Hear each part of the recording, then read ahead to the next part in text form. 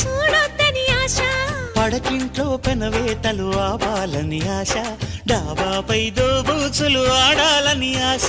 డాబాపైకెక్కాక దాహాలే పెరిగాక, వెన్నెల్లో తడిశాక వెచ్చంగా మరిగాక, ముద్దుల్లో మునిగాక, మును ముందుకు వెళ్ళాక, గుణకారం చేశాక ఘనకార్యం జరిగాక, అది కాస్త తెలిసాక ఆనందం ఎగసాక, మరి కాస్త అడిగాక అడిగాక